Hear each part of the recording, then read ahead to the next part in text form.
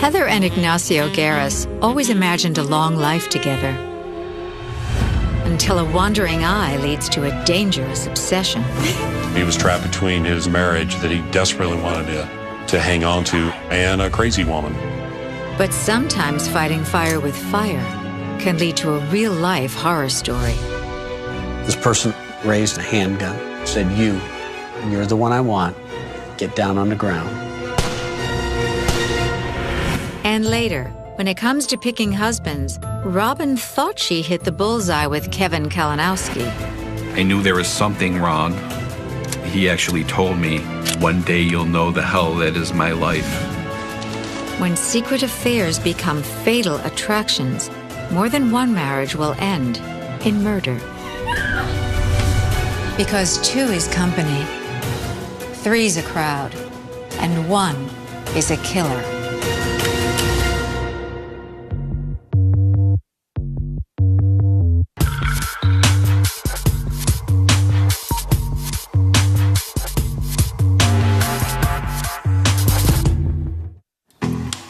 When you've broken as many hearts as I have, it helps to keep a slightly clinical view of love. After all, love is nothing but an infirmity of the heart, while the secret to a long romance lies deep within the mind. But as Ignacio and Heather Garris learned, there is a fine line between sex and psychosis. And when a casual fling turns into an obsession, that's when things get very interesting.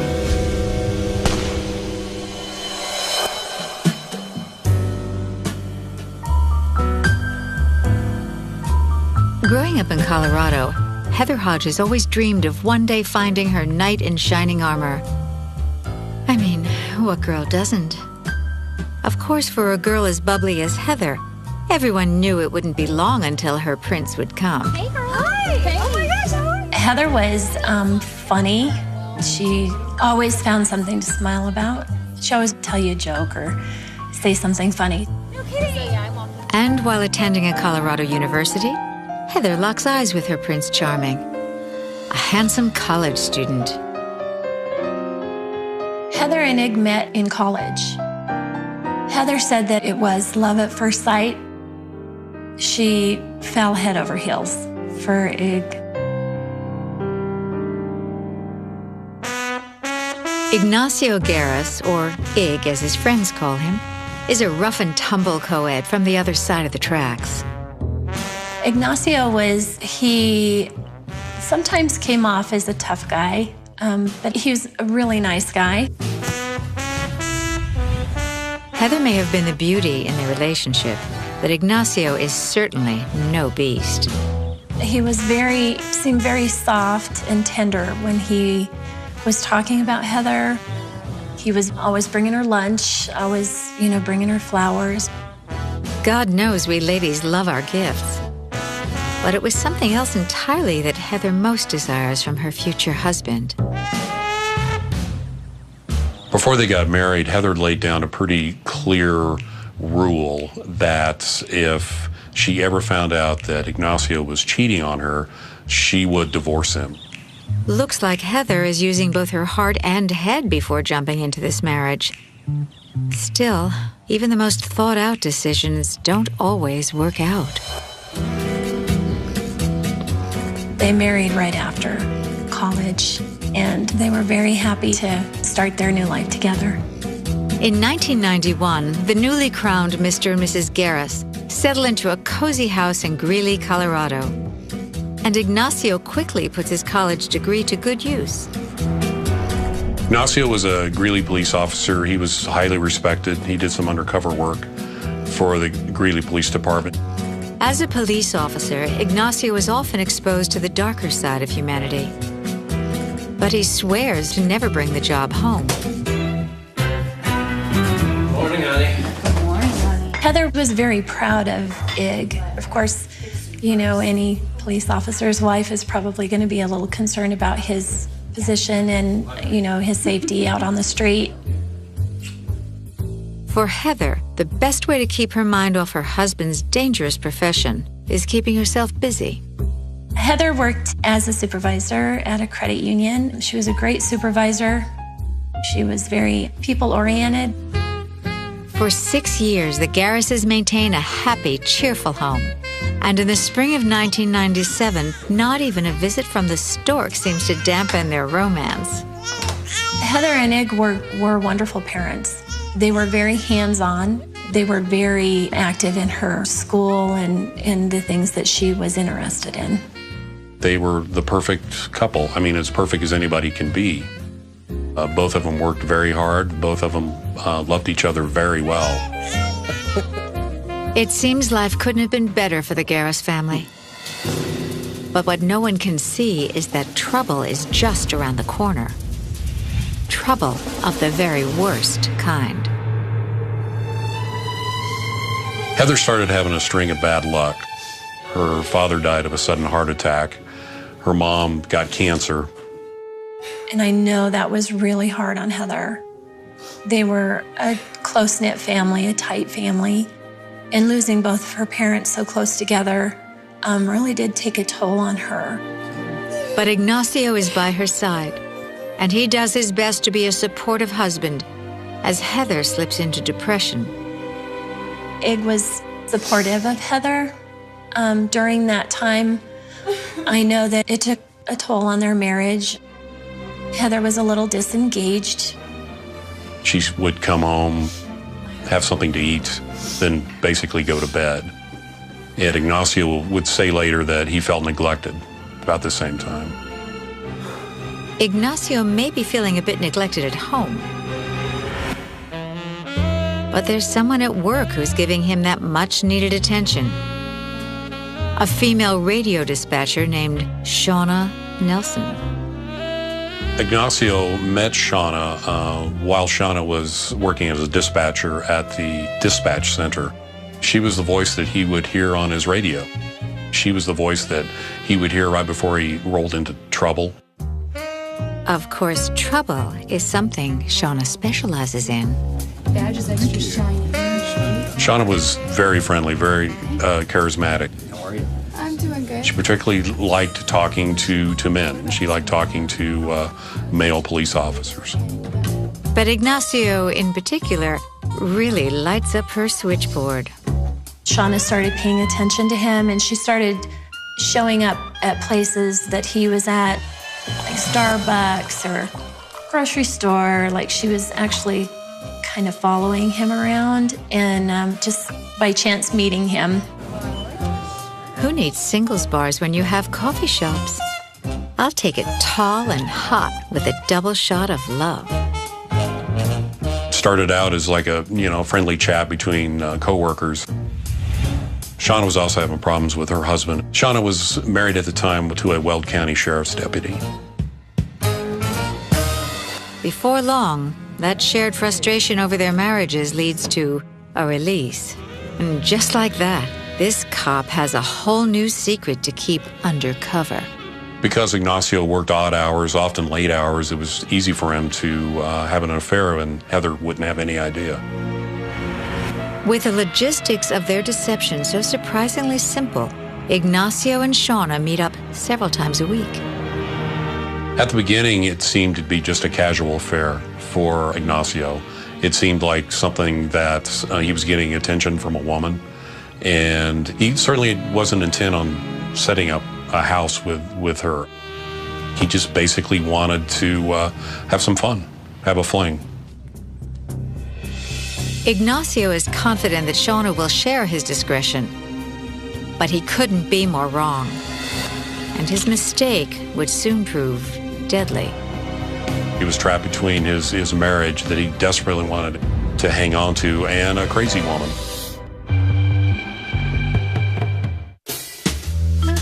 In Greeley, Colorado, what started as a casual fling between two married cops is quickly becoming more than just a one-night stand. And Ignacio Garris is about to learn that there is no such thing as an innocent affair. Shauna and Ignacio would meet at bars, motels, and just kind of go with the flow. I think they just wanted to be together.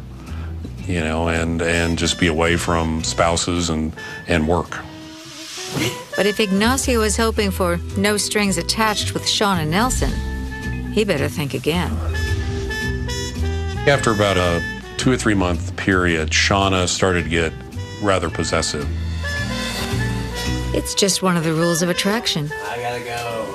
It's hard to turn an affair off once you've turned someone on. Come on, are you serious? Shauna was starting to send him text messages saying, I love you, we should be together. Just work. Don't worry about it. I think about this time, Ignacio started to get a little scared. He was starting to realize that I'm getting sucked into something that I didn't originally bargain for. But breaking things off is far from easy. Shauna started to threaten him, telling him that she would go to Heather and tell her about this affair. Man, I have a family to think about. So you have to be a good boy, you have to stay with me. What do you think she's gonna say when she finds out about this? I think that he saw himself as being just mired in mud. And he was just, you know, like a pig in slop. And he figured, well, I might as well stick around. And Shauna, well, she becomes even more invested in her lover when she and her deputy husband separate. Shauna's husband found out about the affair when Shauna had left her diary open, her journal open, and had some very graphic language in there about one of Shauna's and Ignacio's liaisons together. Yes, I am cheating on you. Unbelievable. Okay? With Shauna's ball and chain out of the picture, she can finally focus all her love on Ignacio. And she has a lot of love to give. What is it? What's your name? See? Shauna decided to get Ignacio's name tattooed on her ankle. You got my name? And when Ignacio found out about it, he went crazy. Because I love you. Why would you deface your body by putting my name on it? Shauna said she did it because she wanted to show how much she loved him. A tattoo is forever. Like us. Ignacio's secret lover may not have his heart, but she has something better. Leverage. Shauna started taking pictures of those two together, kind of compromising photos that she would use against Ignacio, telling him that if you want to break up with me, I'm going to produce these photos for Heather, and that's going to end your marriage. The threat may be enough to keep Ignacio in line, since he's desperate to keep Heather in the dark. But Shauna is shouting it out on the mountaintop that Ignacio is her one and only. It was the worst kept secret in Greeley. She had made the affair known to everybody. She wasn't trying to keep it a secret. If Ignacio has any hope of saving his marriage, he knows he either has to come clean with Heather or take drastic measures. But 3 years into the affair, Shauna beats him to the punch. Heather told me that she had been at the grocery store and she was approached by this woman that worked with Ig at the Greeley Police Department. And she started calling Heather names and saying really ugly things to her. And Heather didn't really know why. She was starting to call her fat. She started calling her hey bitch. And again, this is a complete mystery to Heather. Why is this crazy woman coming after me right now? And when Heather confides in her husband about his co-worker's verbal assault, Ignacio responds with a few white lies. Like this, like attraction Thing? Yeah, this thing. Ig told Heather that Shauna was someone that he worked with who was enamored with him, but he didn't have anything to do with her. There was nothing going on with Shauna. And Heather believed him. I mean, she didn't have any reason to not believe him. I think she wanted to believe him.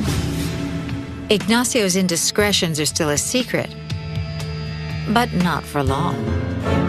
It's starting to spiral out of control. Ignacio's got all these different irons in the fire, so to speak, and eventually it's just going to start collapsing all over him. And boy, does it ever. Just when it seems like things can't get any more crazy for our married man, Guess what happened? What's going on? Shauna tells Ignacio she's pregnant. She tells Ignacio that she's going to keep this child. She's adamant about the fact that this is our child and our child together. And I believe Shauna thought at that time that if they kept this child, Ignacio would be hers. 9 months later, Shauna Nelson delivers Ignacio's son. At this point, Heather is completely clueless about what's going on. She has no idea that her husband has fathered a child with another woman. But all that changes in the middle of the night on December 16th, 2006, when Heather catches Ignacio red-handed. Heather had awakened, realized Ignacio was not in the home. Ignacio snuck out of the house. And when our cheating husband returns home, Heather is waiting. Where have you been? Heather confronted Ig, and he finally confessed that he was having an affair, and it was Shauna, Shauna, who you were? and that it had been going on for a while, and that they did have a son together, that the baby was his. I loved you, but get out of my life! As promised, Heather packs her bags and leaves. But a short while later, she returns with 3 conditions. Heather tells Ignacio that she would stay in the marriage if, 1, he had to have a STD test, 2, he had to see a therapist, and 3, he had to finally break it off from Shauna. Make the call. Something tells me Shauna isn't going to take this well. He called Shauna Nelson on the phone, It's over. and he ended the affair. We're done. Please do not call me again. Goodbye. Shauna was very upset by this. In the game of romantic brinksmanship, this is what we would call a declaration of war. She immediately started making phone calls, sending emails, text messages to the Garris family. Next come the threats. The one in particular that came in right after the breakup was something to the effect of, I loved you and trusted you, and me, be prepared. And prepared Ignacio is to protect his family at all costs. Ignacio and Heather were starting to get very paranoid that something was going to happen. They started to believe that they were being followed and their house was being watched. I believe that Ignacio and Heather were hopeful that Shauna would just cool it and go about her life so they could go about their lives together. Well, anyone who's seen Fatal Attraction knows the other woman doesn't like to be ignored. And on January 23rd, 2007, it couldn't have been more true. It was a typical day for both of them. Ignacio spent the day with his daughter. Heather went to work at the credit union. But for one of them, it will be their last.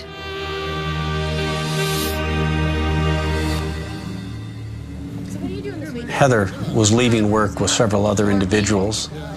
As she left the building, it was dark. It was very cold out. She and her fellow co-workers were crossing the parking lot to where their cars were parked. A masked figure came out of the shadows.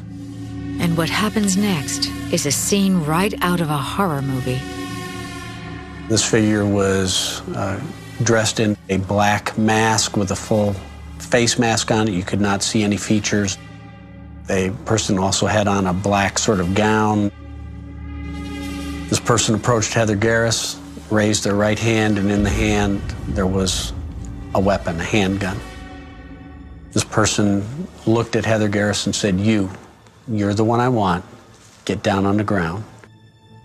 Heather's co-workers are paralyzed with fear as the young mother gets on her hands and knees. Said, you've ruined my life, and then executed Heather Garris by shooting her 2 times in the head at point-blank range.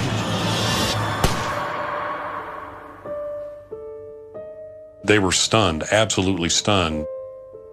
There's Heather lying in a pool of blood, and this person runs off and eventually jumps into a pickup truck and speeds away. Heather dies instantly, surrounded by her co-workers. Immediately, people in the parking lot call 911. One person said that it looked like the way the person was running ran like a girl. So what they were looking for was probably a female. And according to Heather's co-workers, that female is most likely Shauna Nelson. I got on the phone. Heather's been shot.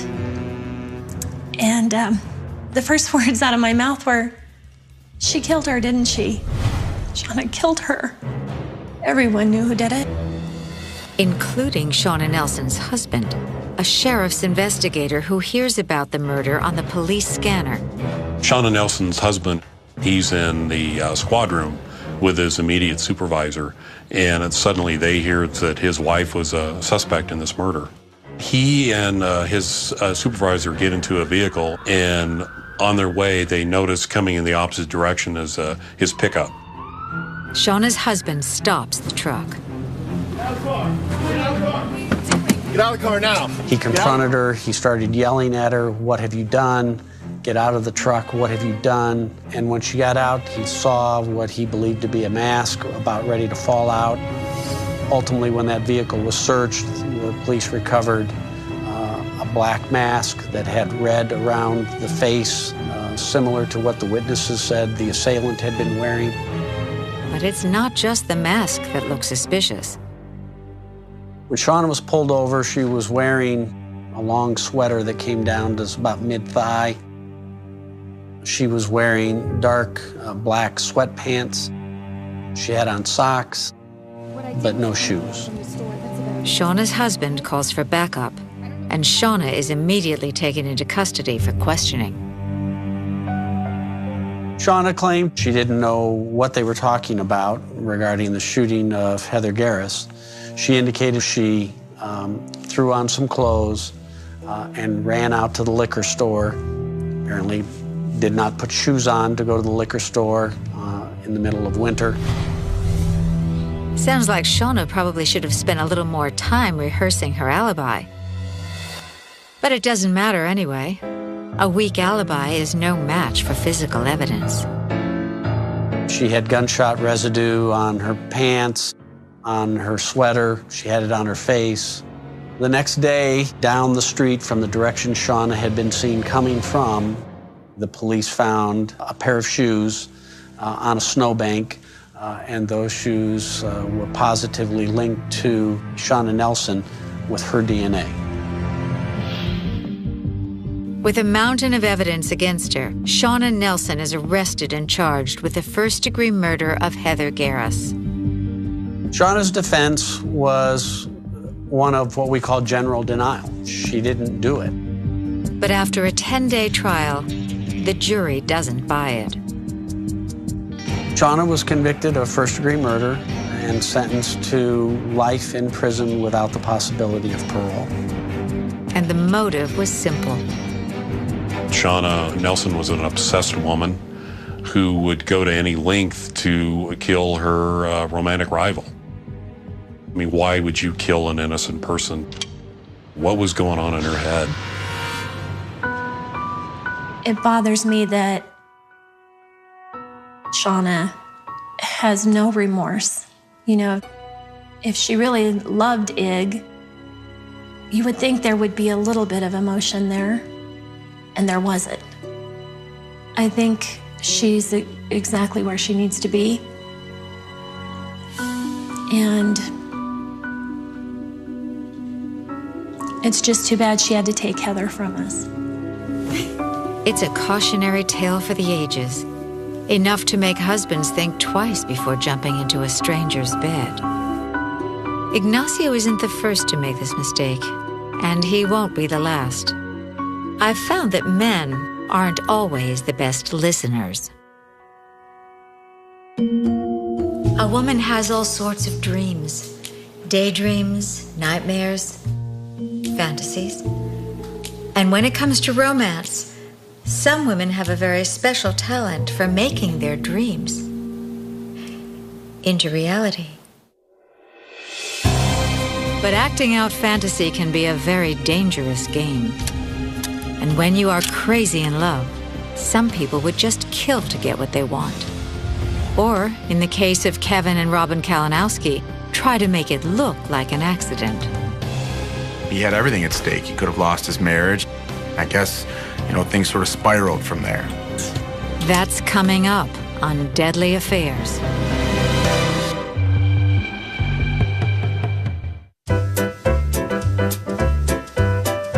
If you can tough out the long winters, there's no better place to live than Buffalo, New York.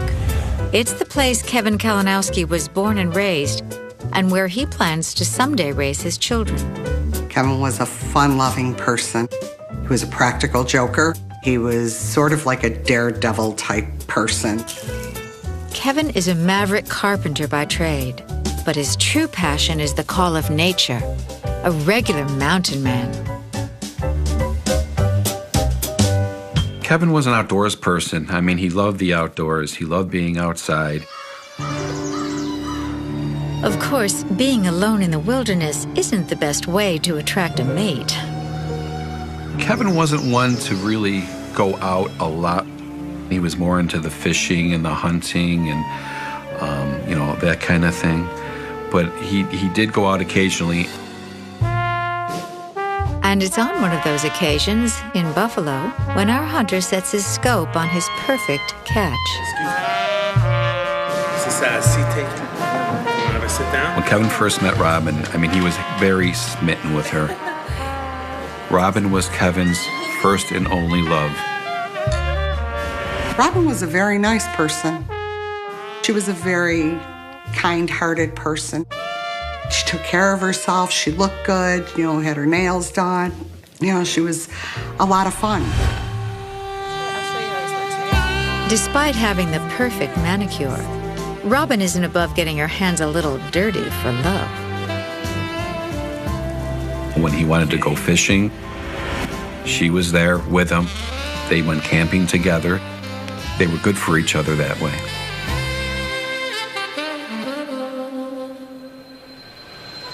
In the fall of 1990, our hunter and his lady set up camp and begin their lives as husband and wife. They bought a house in Riverside where Robin grew up. Life was good for them. All that's left for this Boy Scout is a troop to lead. And soon, Kevin and Robin welcome 2 cubs of their own. Kevin and Robin did everything together with their kids. Kevin's boys wanted to play baseball, so Kevin not only enrolled them in the local baseball league, but also took on the duties as being their coach. Kevin may be the coach, but Robin is the family's cheerleader. She would sit there and watch our boys play baseball, and she was actually running between 2 fields because she had 2 boys playing at the time. And when they finally reach the proper age, Kevin takes his boys out for their first hunting trip. Kevin teaching his sons gun safety was very important to him. Going to the target range, he would teach them the proper way to handle a gun safely and to fire a gun safely, always about safety. How smart of Dad to teach his sons how to handle a loaded weapon. It might come in handy when they start dating. From what I could see, Kevin and Robin had a very healthy marriage and family home life. I never saw Robin and Kevin argue. But you know what they say. It only takes one match to start a forest fire. There came a point in Kevin and Robin's marriage where they started to do things separately. Rumor has it, behind closed doors, their once hot and cozy campfire is starting to sputter. Robin and Kevin had been married for over a decade at the time, and I think that she was feeling a little old, maybe not as attractive as she had been in her youth. I think that they weren't getting physical with each other as much as they had in the past. So what's a bored wife to do? Go out and find a little fun. Robin seemed to be sort of letting her hair down a little bit, and she was going out with her friends. She was living more like a person in college than a married person with kids. God knows there are plenty of things at a local bar to help a lonely woman fill the void. And all of them spell trouble. She was drinking, and she was sort of having a good time. During one of these good times, in walks a blast from Robin's past. John Brackenridge. Robin and John knew each other from their high school days, and they hadn't seen each other for a long time. Oh my gosh, Robin, how are you? How are you? Wow. It's been so... Ah, the good old days before spouses and kids, when a teenager was free to make out behind the high school bleachers.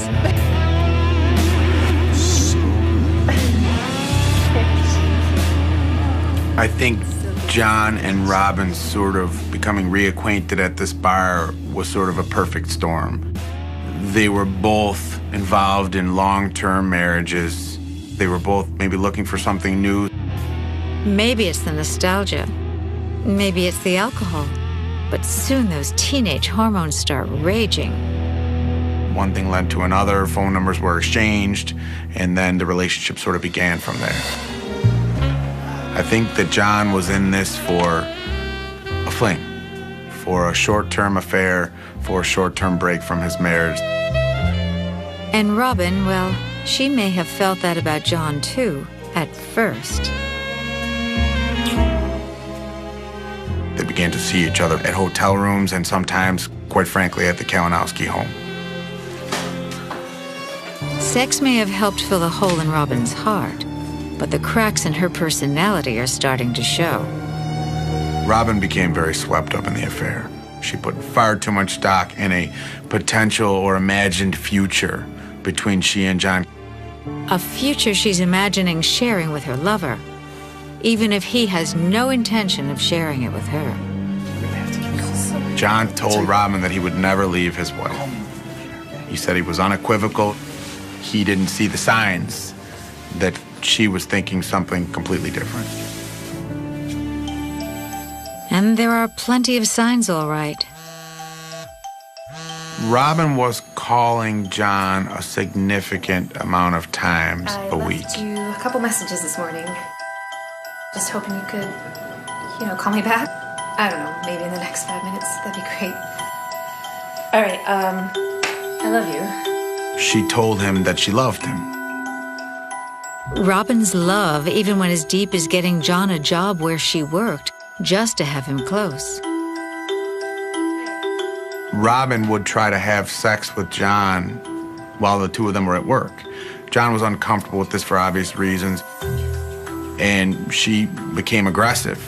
And I think that led to John figuring out that maybe this affair wasn't the best idea in the world. This is not a good idea. With Robin's aggressive behavior, it's only a matter of time before one of their spouses finds out.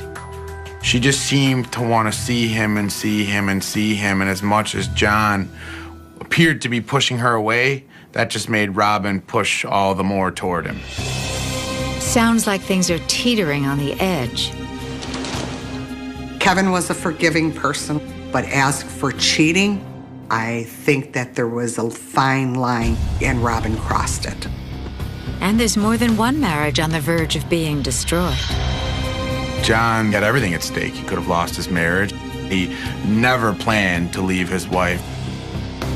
It seems John and Kevin both have one serious problem in common. Robin Kalinowski. Something tells me this isn't going to end well. Every man has their breaking point, and I think he reached his that day.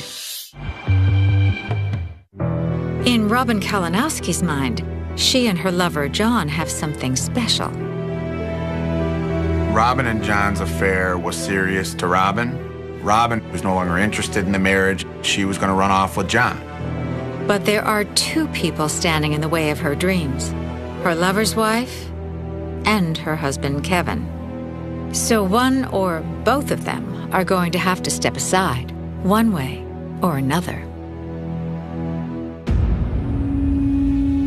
On November 10th of 2005, a 911 call was placed from the Kalinowski household to a 911 operator.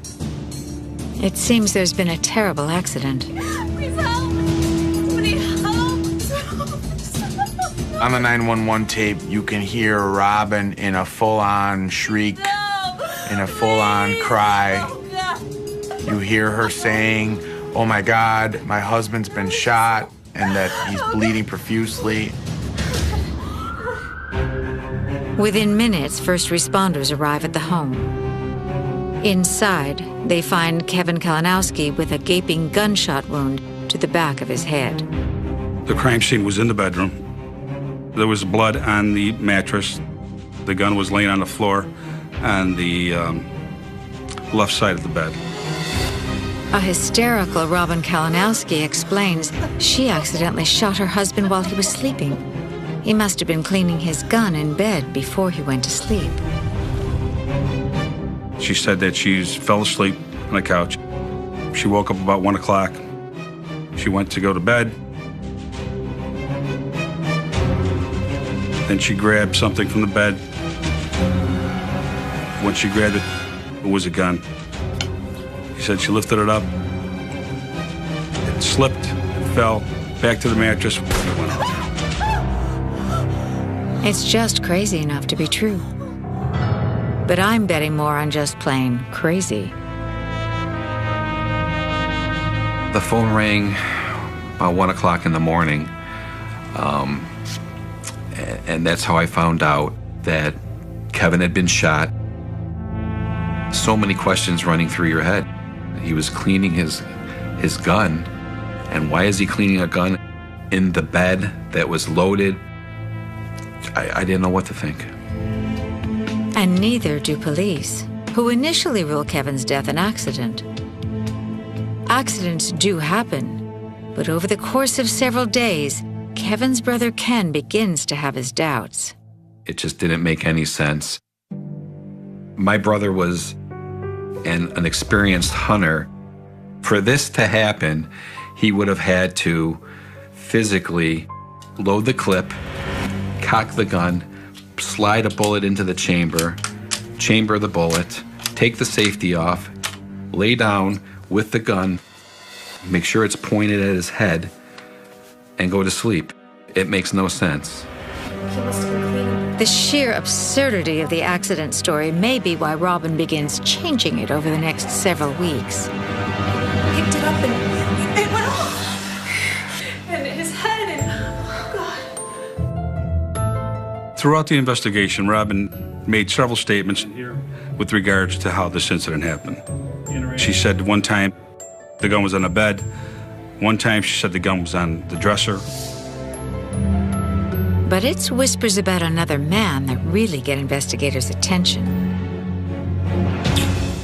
The police found out about Robin's affair with John because a neighbor told the police that this John had been coming and going from the house frequently. And based on that, the police went to talk to John. It was important for us to talk to John right away to see if Robin had ever mentioned anything to him about leaving her husband, killing her husband. John may have made one mistake by getting involved with a married woman, but he's not about to make another by lying to police. John told us that just prior to Kevin being shot, that she was calling him daily. When we learned that she was telling the man that she was having an affair with that, geez, I'd really like to continue a relationship with you, and I don't really want to be with my husband anymore, an investigation started to generate. Believing they now have a murder on their hands, detectives look to prove it. Robin said that the barrel of the gun was some distance from Kevin's head at the time of the shooting. That was not consistent with the evidence, given that the evidence indicated that this was a contact wound. And the forensics indicated that the gun was very stationary and that the wound was directly in the back of his head. Which translates to this. Basically, Kevin Kalinowski was shot execution style in the back of the head.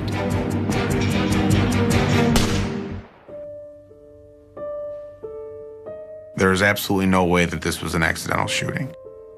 There is no way to accidentally press the barrel of a gun to the precise middle of the back of someone's head and then accidentally pull the trigger. It's not possible. Could not, would not, did not happen. 2 years after the death of her husband, Robin Kalinowski is arrested for his murder. I was very relieved that finally this crazy, crazy nightmare was going to finally come to an end in some way. But like any good Fatal Attraction story, this one has a twist. Robin's first trial ended in a mistrial, hung jury. But wait, there's more. As Robin sits in a prison cell waiting for her second trial, she has plenty of time to stew over the fact that her former lover, John, was the prosecution's star witness against her. She had to believe in her brain that John was the most dangerous, the most devastating witness that the jury could hear. Robin's solution to the problem of John testifying was to kill him. So our murderess tries to hire a hitman from prison to take care of her little problem. Listen, I want to ask you something. But what she doesn't know is that her cellmate has tipped off police to her So plan. you'll make it look like an accident, right? Yeah, I can do that. We arranged an undercover police officer to go into the jail to act as this purported hitman. Robin indicated to this undercover police officer that she did want it to appear to be an accident. Oh, Robin, you didn't get away with it the first time. What makes you think 2 times is the charm? After having a 2 to 3 minute conversation with Robin, the undercover came back to our office, and a week later we had a conspiracy indictment on our desks. Robin Kalinowski is charged with conspiracy to commit murder against her former lover, John.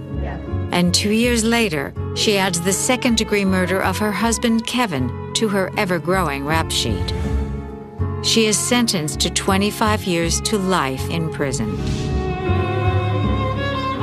I think Kevin found out that night, the night of his murder, about the affair that Robin was having. I think he reached his breaking point, and I think that he was leaving her. I think you're cheating on me. What are you talking about? Are you cheating on me? What do you mean? So Robin decided to take matters into her own hands and make it look like an accident, of course.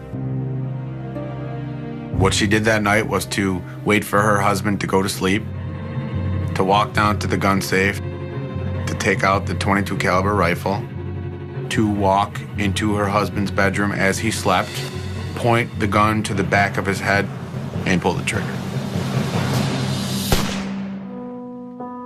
And she may have gotten away with it.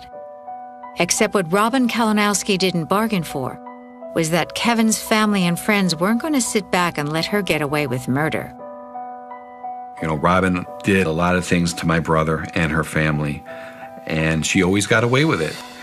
And I think she thought that she could get away with anything, maybe even murdering him. But she was wrong, and saner minds prevailed. We all know that love can drive us a little bit crazy. What is romance but controlled obsession? But when the mind can't keep pace with the heart, that's just a prescription for a deadly disaster.